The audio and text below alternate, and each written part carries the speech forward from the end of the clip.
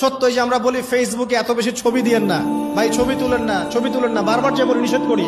কারণ কি জানেন? একটাই কারণ, বিকজ চোখ লাগাটা সত্য। নবী সাল্লাল্লাহু আলাইহি ওয়াসাল্লাম বলেছেন ইন্না আইনাল হক, চোখের নজর সত্য। নবী করিম সাল্লাল্লাহু আলাইহি ওয়াসাল্লাম বলেছেন এটা সত্য, কারণ নবী করিম সাল্লাল্লাহু আলাইহি ওয়াসাল্লাম যা বলেছেন সাদাকাল্লাহু ওয়া সাদাকা রাসূলুহুল কারীম। নবী যা বলেছেন, আল্লাহ যা বলেছেন চিরায়ত সত্য, এর বাইরে কোনো সত্য আছে? খুব সতর্ক থাকবেন, আমি পরে সলিউশন বলছি আপনাদেরকে। আরেকটা বলেছি, নবী সাল্লাল্লাহু আলাইহি ওয়াসাল্লাম বলেছেন চোখের বদনজর এমন সত্য যে একটা উটকে এই রান্নার ডেকচির মধ্যে ঢুকাই ফেলতে পারে। একজন সাহাবী গোসল করছিলেন, গোসল, এটা হাদিসে সহিহ, যে আলেম ওলামা যারা আছেন তারা জানেন যে এই হাদিসে সহিহ।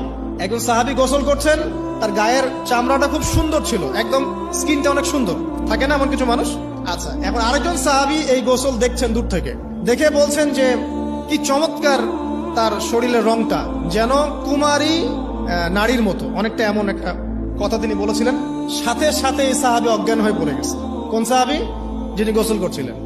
এটার আপনি কোনো ব্যাখ্যা দিতে পারবেন না তো, এখানে কোনো সায়েন্স দিয়ে বা মেডিকেল সায়েন্স দিয়ে আপনি কোনো ব্যাখ্যা করতে পারবেন না। একটা ব্যাখ্যা দিতে পারেন, কিন্তু কেন সেটা হলো সেটা আপনি অ্যান্সার খুঁজে পাবেন না। তো নবী সাল্লাল্লাহু আলাইহি ওয়াসাল্লামের কাছে নিয়ে যাওয়া হলো তাকে। তিনি বললেন যে এই ব্যক্তির ব্যাপারে কি কেউ ভালো মন্দ কিছু বলেছিল? তখন একজন সাহাবী বলেন হ্যাঁ, অমুকে বলেছে এর স্কিনটা অনেক সুন্দর, ওকে ডেকে নিয়ে আসো। ওকে ডেকে আনা হলো। ডেকে আনার পর নবীজি তাকে অনেক শাসালেন, তোমরা তোমাদের ভাইদেরকে কি